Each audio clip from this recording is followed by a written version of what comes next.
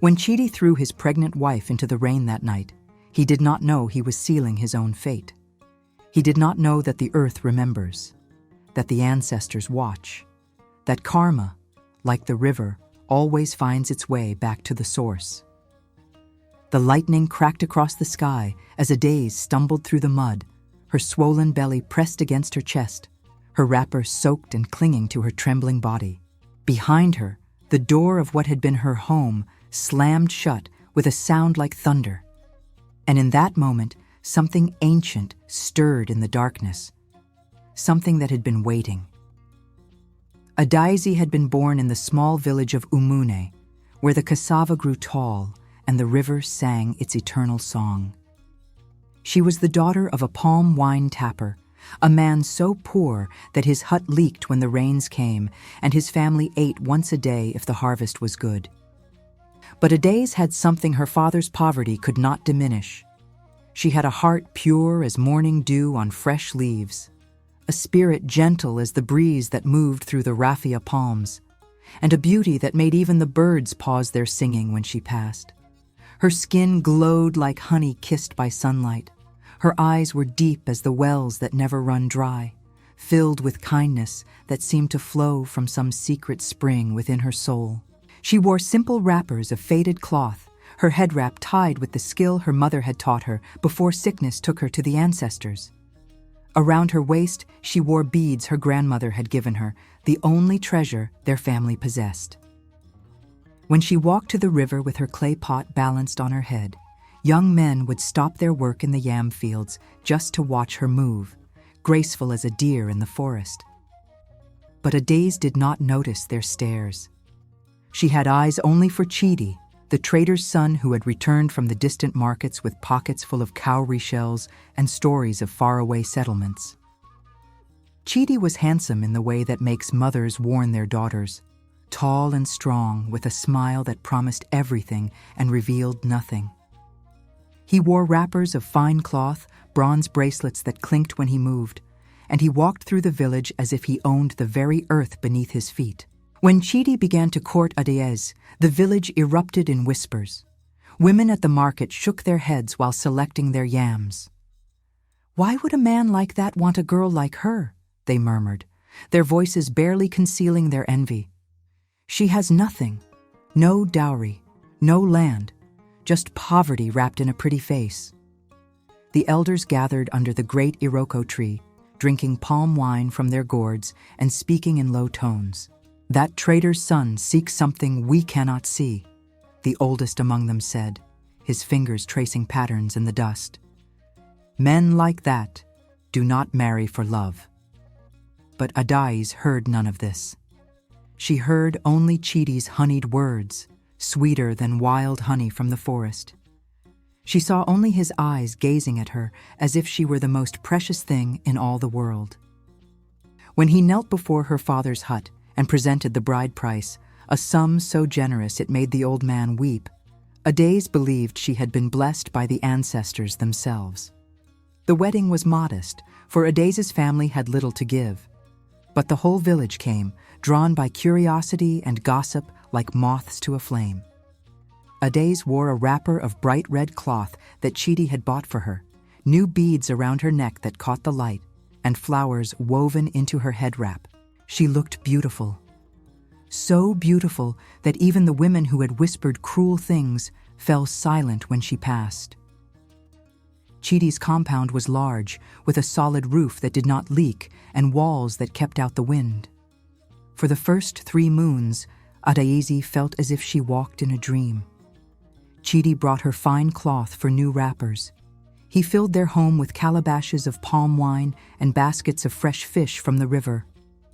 He touched her gently in the darkness and whispered that she was his treasure, his joy, his reason for living. The villagers watched and gossiped. "See how happy she is," some said, smiling. "Perhaps love is real after all." But others, the ones who had lived longer and seen more, shook their heads. "Wait," they said, pounding their cassava in rhythm with their words. "The yam that grows too fast has shallow roots." When Adaeze's belly began to swell with the promise of new life, she thought her happiness was complete. she would give Chidi a child. A son, perhaps, to carry his name. She imagined teaching their baby the songs her mother had taught her, carrying him on her back in a cloth wrapper while she worked, showing him the path to the river where the water ran clearest. But something changed in Chidi's eyes. Something cold crept in where warmth had been. He began to come home late, his wrapper smelling of strange perfumes, his bronze bracelets clinking as he pushed past her without a word. When she tried to embrace him, he turned away. When she cooked his favorite meals, groundnut soup thick with fish and vegetables from their small garden, he barely touched the calabash she set before him. 4 moons into her pregnancy, Adaeze woke one morning to find Chidi standing over her, his face twisted with something she did not recognize. Rage. Disgust. Something darker still. "You have deceived me," he said, his voice cold as the harmattan wind. "This child you carry, it is not mine." The words struck her like a physical blow. She sat up, her wrapper falling from her shoulders, her hand instinctively moving to protect her belly. "Husband," she whispered, tears already forming in her eyes deep as wells. "What madness is this? You are the only man I have ever known, the only man I have ever touched. This child is yours. As surely as the sun rises, this child is yours." But Chidi's face remained stone. "Liar," he spat. "I have consulted the healer. He has confirmed what I already knew in my heart. You came to me already carrying another man's seed. You trapped me with your false purity." Adaeze wept. She wept until her tears flowed like monsoon rain, until her throat was raw from pleading, until her voice cracked like dry wood in fire. But Chidi would not listen. He called her names that should never be spoken to any woman. He accused her of sins she had never even imagined. And when she fell to her knees, begging him to remember their wedding vows, their promises before the ancestors, he simply turned and walked away. The village heard everything. The walls of the compound were not thick enough to contain such fury. By the time the sun reached its peak, every woman at the river knew. Every man in the yam fields had heard. The gossip spread like wildfire through dry grass. "Did you hear?" they whispered to each other, their voices mixing with the sound of pestles striking mortars. "Chidi says the child is not his." She seemed so pure, so innocent. You never can tell with women. Still waters run deep, they say. Days passed, then a moon. Adaeze remained in the compound, hoping, praying that Chidi's heart would soften.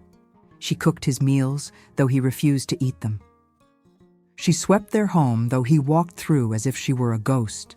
She tried to speak to him, though he answered only with silence or cruelty.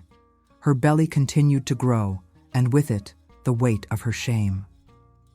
For in the village, a woman accused of adultery was worse than a thief, worse than a liar, worse than anything except a witch. Then came the night of the terrible storm. The sky had been dark all day, heavy with clouds that promised destruction. The wind howled through the raffia palms, and the river roared in its banks, angry and swollen. Thunder rolled across the heavens like the drums of the ancestors calling the dead to judgment. Adaeze was resting when Chidi burst into their home, but he was not alone. Behind him came 3 men, their faces hard, their eyes cold. One was the village healer who had pronounced the child illegitimate. The others were Chidi's friends from the market, men who measured worth in cowrie shells and saw women as possessions to be bought and discarded. "Get out," Chidi said. Just those 2 words, flat, final, like the sound of earth falling on a grave. Adaeze struggled to her feet, her pregnant belly making her movements slow and clumsy. "Please," she said, her voice breaking. "At least wait until morning." "The storm! Get out!" Chidi roared, and his hand shot out, striking her across the face with such force that she fell. The men behind him laughed as she struggled to rise, laughed as she gathered her few possessions with trembling hands. One thin wrapper. The beads from her grandmother, a small clay pot, nothing else. Everything else belonged to Chidi. Everything else would stay.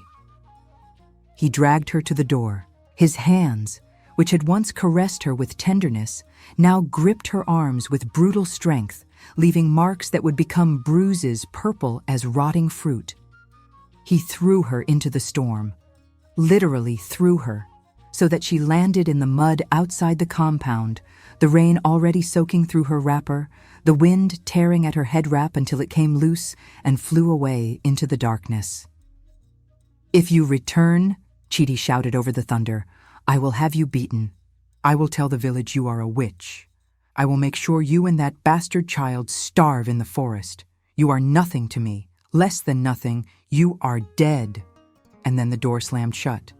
The heavy wooden door that Chidi had been so proud of, carved with patterns of birds and fish. It closed with a sound that seemed to echo through the entire village, through the storm, through Adaeze's very soul. She knelt in the mud. The rain beat down on her like fists from heaven. Lightning split the sky, illuminating her misery in brief, terrible flashes. She had nowhere to go. Her father was dead, taken by fever 2 moons after her wedding. She had no siblings, no aunts or uncles who would risk Chidi's anger by taking her in. The village had already judged her, already decided her guilt. She was alone, utterly alone, except for the child moving within her belly, innocent of all these adult cruelties, already condemned by a father who refused to claim him. Adaeze stumbled through the village, past compounds where lamps glowed warm behind closed doors, past the homes of people she had known all her life, people who now pretended not to hear her sobbing, not to see her desperate figure in the storm. She walked until she reached the edge of the forest, that forbidden place where the old paths led and where decent people never ventured after dark. She had no choice. The forest or death. Those were her only options. So she chose the forest. She walked into the darkness between the trees, where the rain was softer, but the shadows were deep, where things moved in the underbrush and eyes gleamed in the brief flashes of lightning. She walked until her legs could carry her no further, until she collapsed against the trunk of a great tree, its roots forming a small shelter from the worst of the storm. She did not expect to survive the night. She wrapped her arms around her belly, around the child who had cost her everything, and she wept. She wept for her lost innocence, for her shattered dreams, for the husband who had promised forever and delivered only cruelty. She wept until she had no tears left, until her body was empty of everything except pain and cold and despair, so deep it felt like drowning. And then she heard a voice, soft as falling leaves, old as the earth itself. "Child, why do you weep in my forest?" Adaeze looked up. Through her tears, through the rain and darkness, she saw her, an old woman, ancient beyond measure. Her skin was wrinkled like the bark of the oldest tree, dark and weathered by countless seasons. Her eyes glowed faint in the darkness, wise and knowing. She wore a wrapper of deep indigo, so dark it seemed woven from night itself, and beads around her neck that clinked softly with each breath. Her hair was white as cotton, wild around her head like a crown of clouds. In her hands, she carried a carved wooden staff, its top adorned with cowrie shells and feathers. "Grandmother," Adaeze whispered, "for that is what you called the very old, whether they were blood or not. I have nowhere else to go." The old woman's face softened. She reached out with a hand twisted by age, gnarled fingers that nevertheless moved with surprising grace, and touched Adaeze's belly. "This child," she said, and her voice carried the weight of prophecy. "This child is innocent, born of love, though love has been forgotten. And those who cast out the innocent will find that karma is patient, but karma never forgets." She helped Adaeze to her feet with surprising strength. "Come," she said. "My home is deeper in the forest. You will be safe there. You will bear your child in peace. And when the time comes, Justice will find its own way home. The old woman's hut was unlike anything Adaeze had ever seen. It stood in a clearing where the moonlight somehow penetrated even the thickest clouds, where flowers bloomed that she had never encountered in all her days, where the air itself seemed to hum with ancient power. Inside, it was warm and dry. Sleeping mats lined with soft cloth. Clay pots filled with fresh water. Calabashes containing herbs and mysterious powders. And everywhere, hanging from the raffia roof, were charms and talismans that moved in breezes that did not exist. "Who are you?" Adaeze asked, her voice barely a whisper. The old woman smiled, and in that smile was both comfort and terrible knowledge. "I am what the village forgot. I am the keeper of old truths, the guardian of balance. Some call me healer, some call me witch. I am neither, and both. I am simply old, child. Old enough to remember when karma walked the earth in physical form, old enough to know that what is done in darkness will always come to light." She gave Adaeze warm soup from a clay pot. She wrapped her in clean cloth, soft wrappers that smelled of herbs and smoke. She tended to her bruises with gentle hands and ointments that eased the pain. And she spoke in a voice like distant drums. "Rest now. Your child will come when the next full moon rises. And when that child draws his first breath, the earth will remember every cruelty done to you, every lie told about you, every moment Chidi chose pride over truth. The river collects its debts, always." Meanwhile, back in the village, Chidi celebrated his freedom.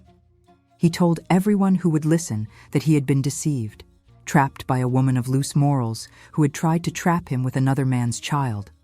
Most believed him. After all, he was Chidi. Successful trader, man of means. Why would he lie? Within a moon, Chidi had taken a new wife, Ngozi. She was the daughter of the village chief, a woman of status and wealth. Her bride price had been enormous, paid in cowrie shells and bronze and fine cloth. She was beautiful in the way that comes from never having known hardship, her skin unmarked by labor, her hands soft, her wrappers always new and colorful. She wore her wealth like armor, layers of beads around her neck, bronze bracelets that covered her arms from wrist to elbow. The village celebrated the wedding with great ceremony. Palm wine flowed like the river. Drums beat until dawn. The chief himself gave his blessing, standing proud while his daughter was joined to this successful trader. "See how happy Chidi is now," the villagers said to each other, watching him dance with his new bride. That Adaeze was not worthy of him. Good thing he discovered her deception in time. The women at the market nodded in agreement. "One bad yam does not spoil the whole harvest," they said. "Chidi deserves better." But some of the oldest villagers, those who had lived long enough to see patterns repeat across generations, remained silent. They watched with hooded eyes and said nothing, for they knew what the young had forgotten, that the ancestors see everything, that the earth keeps accounts, that justice may sleep, but it never dies. Deep in the forest, on the night of the full moon, Adaeze gave birth. The old woman attended her, speaking words in languages older than memory, burning herbs that filled the hut with sweet smoke. The labor was long and hard, for Adaeze's body was weakened by grief and hardship. But when the child finally emerged, crying lustily, perfect in every way, both women wept.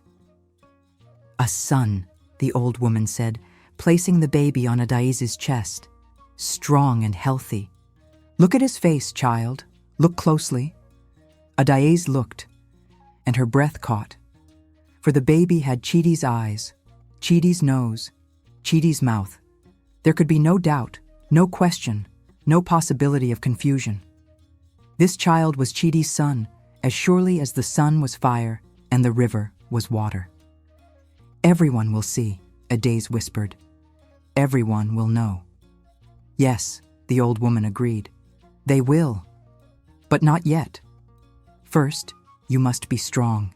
You must raise this boy in peace, away from the poison of that village. And when the time is right, when karma has finished its work, then truth will walk in daylight."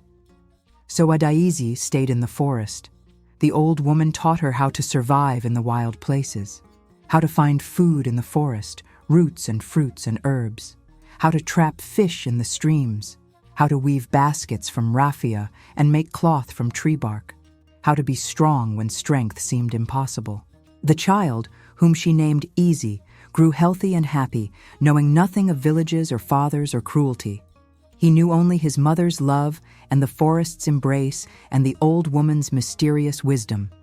3 years passed in the forest, 3 years during which Adaeze transformed from a girl into a woman, her body strong from labor, her spirit hardened by survival, her heart both broken and mended in ways that made her deeper, wiser, more herself than she had ever been. But in the village of Umun, karma had been busy, very busy indeed. It started small. Chidi's crops began to fail. The yam fields that had always yielded abundantly produced only shriveled, rotting tubers. His palm trees stopped giving wine. His fish traps in the river came up empty day after day. "Bad luck," people said, shaking their heads. "Even the best farmer has a bad season." But it did not stop there. Chidi's trading ventures began to collapse. Goods he sent to distant markets were lost to bandits. Deals that seemed certain fell through at the last moment. Slowly, steadily, his wealth began to drain away like water through a cracked calabash. He sold his bronze bracelets, then his best wrappers, then his carved wooden stools and clay pots and everything that could be turned into cowrie shells to pay his debts. And Ngozi, his beautiful wife, became pregnant. But the pregnancy was difficult. She could not keep food down. She grew thin as a dry season stream. Her skin lost its glow. Her hair began to fall out. The village healer visited their compound almost daily, bringing herbs and potions. But nothing helped. She lay on her sleeping mat, growing weaker each day, while Chidi watched his world crumble around him. The villagers began to whisper, at first quietly over their morning meals while fetching water from the river, then more openly at the market under the great Iroko tree where the men gathered. "Perhaps," they said, glancing at each other nervously, "perhaps the gods are displeased. Perhaps Chidi did something wrong. What if that girl, Adaeze, what if she was innocent? What if the child was really his?" The oldest among them nodded slowly. "The river collects its debts," they reminded the younger ones. "What you plant, you will harvest. The earth never forgets." When Ngozi's time came to give birth, the entire village held its breath. The labor lasted 3 days. 3 days of screaming that echoed through every compound. The midwives came and went, shaking their heads. The healer burned so many herbs that smoke poured from the windows of Chidi's home like his hut was on fire. And on the 3rd day, Ngozi delivered a son. But the child was weak, sickly, barely able to cry. And Ngozi, exhausted beyond measure, closed her eyes and did not open them again. She died as the sun set, her last breath leaving her body like a whisper of regret. Chidi held his son, this weak and fragile thing, and felt something break inside him that could never be repaired. The villagers gathered outside his compound, speaking in hushed tones. "Karma," they said. "The ancestors have spoken." Mothers pulled their children close. Fathers shook their heads. That poor girl in the forest. He drove her away while she carried his own child. And now look, his wealth is gone. His wife is dead. His son is sickly. The curse has found him. Chidi's baby son lived only 7 days. 7 days of struggling to breathe, to feed, to survive. Then he too was gone, wrapped in white cloth and buried beside his mother. Chidi stood at the grave, dry-eyed, empty, destroyed. Everything he had built was ash. Everything he had gained was dust. And still the whispers continued. Louder now, bolder. Where is Adaeze? Some asked. Did she die in the forest? Or is she still alive, watching karma do its work? The chief, Ngozi's father, looked at Chidi with eyes full of blame. You killed my daughter, he said one day, his voice hard as stone. Your lies, your cruelty, they brought a curse upon your house, and my daughter paid the price. Chidi fled the village. He could not bear the stares, the whispers, the weight of judgment that hung over him like the storm clouds that had witnessed his greatest sin. He wandered from settlement to settlement, begging for work, sleeping in doorways, eating scraps. The man who had once walked with pride now shuffled with shame. The trader who had been rich was now poorer than the poorest beggar. One day, desperate and starving, Chidi found himself at the edge of a forest. Not the forest near Umuni, but its twin in spirit, dark and deep and full of secrets. He had heard stories of an old healer who lived in such forests, someone who could break curses and restore fortune. With nothing left to lose, he entered the forbidden woods. He walked for hours, maybe days. Time lost meaning under the canopy of trees where sunlight barely penetrated. His feet bled. His throat burned with thirst. His belly cramped with hunger. Just when he thought he would die there among the shadows, he saw it. A hut in a clearing, smoke rising from its roof. And outside, an old woman with white hair and eyes that glowed faint in the dimness, wearing indigo wrappers and beads that clinked like distant bells. I know you, the old woman said before Chidi could speak. Her voice was soft, yet somehow filled the entire clearing. I have been waiting for you. Chidi fell to his knees. Please, he begged, help me. I have lost everything. My wealth, my wife, my child, my home. I am cursed. Please, if you have power, break this curse. I will give you anything. Do anything.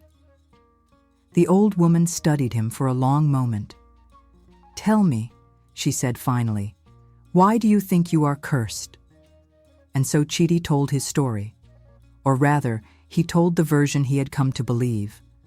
About the wife who had deceived him. The child that was not his. How he had been forced to cast her out to preserve his honor. How misfortune had followed him ever since, cruel and relentless. When he finished, the old woman was silent. Then she began to laugh.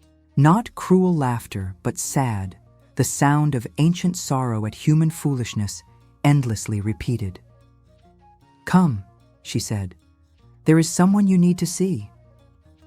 She led him deeper into the forest, to another clearing where a small hut stood beside a stream.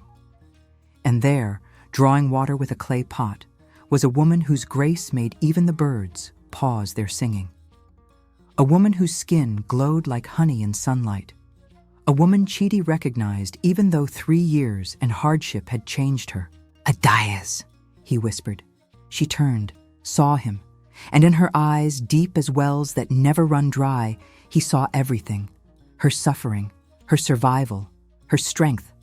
And beside her, playing with sticks in the dirt, was a boy, 3 years old, with Chidi's eyes, Chidi's nose, Chidi's mouth. Your son, the old woman said quietly. The child you claimed was not yours. Look at him, Chidi. Look closely, and tell me you do not see yourself. Chidi staggered as if struck. The resemblance was undeniable. Impossible to miss. How had he ever believed otherwise? How had he let the healer, his friends, his own pride convince him of such an obvious lie? But the healer said, he began. The healer lied, the old woman interrupted, her voice sharp as a blade. Because you paid him to lie. Deep in your heart, you knew the truth. But you wanted a reason to cast aside a wife who brought no wealth, no status, no advantage to your ambitions. You wanted to marry the chief's daughter. So you created a lie and wrapped it in righteousness. You convinced yourself and the village that you were the victim. But the earth knew the truth. The ancestors knew. And karma, patient as growing trees, took note. Chidi collapsed completely. Not from weakness of body, but from the crushing weight of understanding. Everything that had happened, his wife's death, his son's death, his poverty, his suffering, all of it was his own doing. Karma had simply held up a mirror and forced him to see what he had become. "Adaeze," he said, crawling toward her on his knees. "Forgive me, please. I was wrong. I was blind. I destroyed everything good. I cast you out with our child. I called you a liar when I was the liar. Stop," Adaeze said. Her voice was not angry, not hateful, simply tired. "You threw me into the storm. You called me things no woman should be called. You denied your own son. You chose pride over love, wealth over truth, ambition over family. I survived because I had no choice.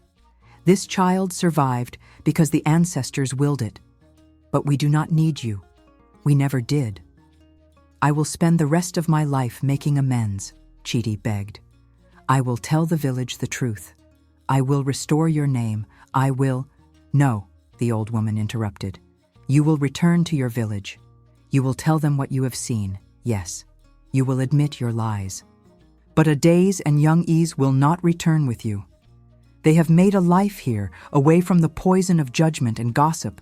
They are free here, happy here. You took that from them once. You will not take it again." Chidi wept then. Truly wept for the first time in his life. Not from self-pity, but from genuine remorse, from seeing the devastation his choices had wrought. "What will become of me?" he asked. "You will live," the old woman said. "You will work hard, honestly, without seeking wealth or status. You will rebuild slowly, painfully, learning with every struggle what it means to be humble. You will help others who suffer from false accusations. You will become the man you should have been. And perhaps, if you prove yourself worthy, if you truly change, then one day, many years from now, your son might choose to know you. But that will be his choice, not yours. You gave up the right to claim him the night you threw his pregnant mother into the storm." The old woman gave Chidi food, water, and directions back to civilization. As he prepared to leave, young Adaeze toddled over to him, curious about this stranger who cried so many tears. The boy looked up at him with those unmistakable eyes, Chidi's own eyes staring back at him from his son's innocent face, and said, "Why are you sad?" Chidi could not answer. He simply touched the boy's head once, gently, then turned and walked away. Behind him, he heard Adaeze singing to their son, a lullaby he remembered from their brief time of happiness, and the sound followed him through the forest like a ghost of everything he had destroyed. Chidi returned to Umune. He stood in the center of the village, under the great Iroko tree where the elders gathered, and he told the truth. All of it.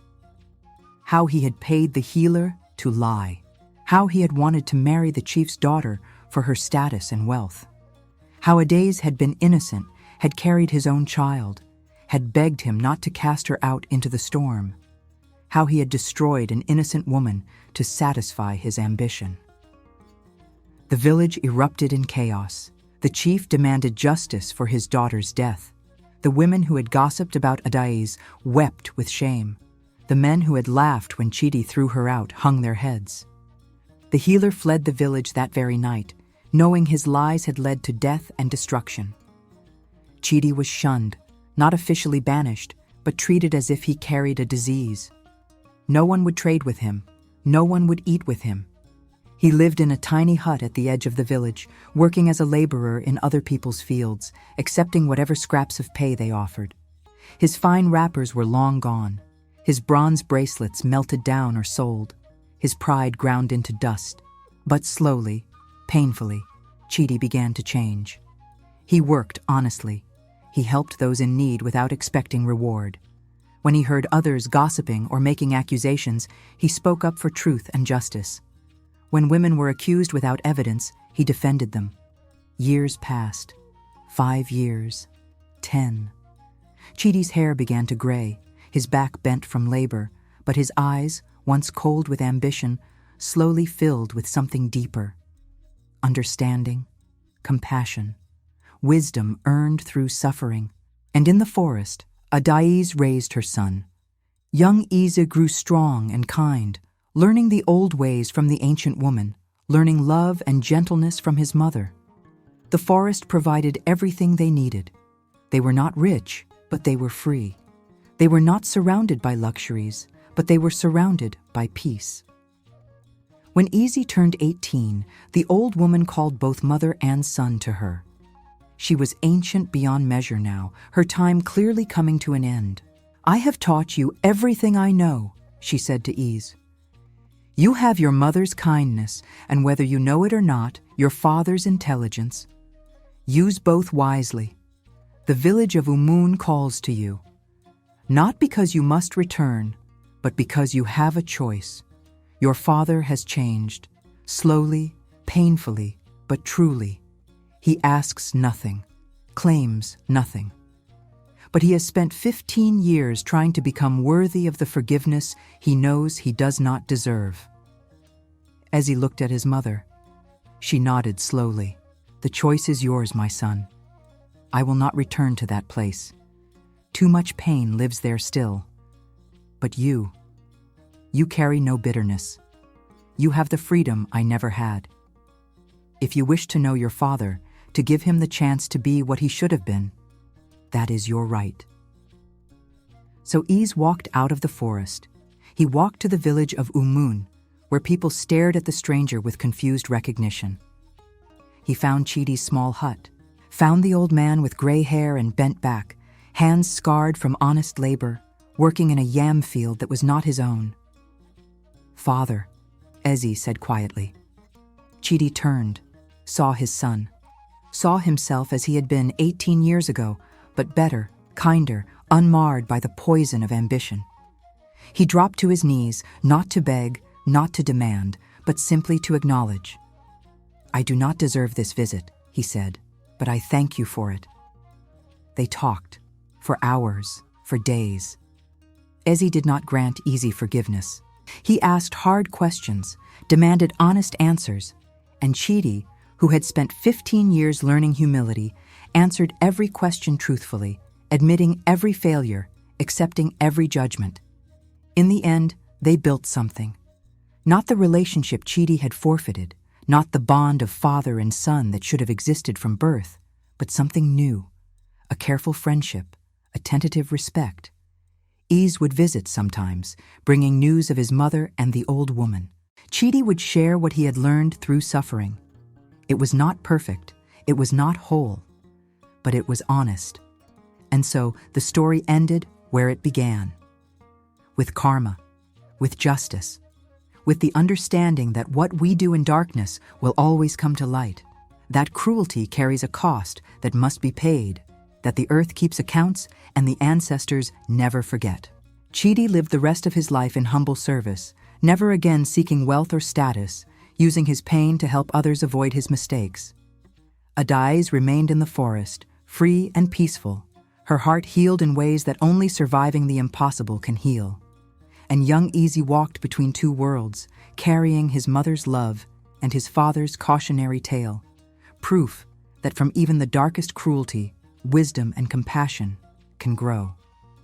The villagers of Umun never forgot the story. Mothers told it to their daughters, fathers told it to their sons. "Remember Chidi," they would say. "Remember what happens when you choose pride over love, when you cast out the innocent, when you lie to protect your ambition. The river collects its debts, always, and karma, patient as the growing yam, inevitable as the changing seasons, will find you when you least expect it." And they lived in the knowledge that the ancestors watch, the earth remembers, and justice may come slowly, but it always comes. The end.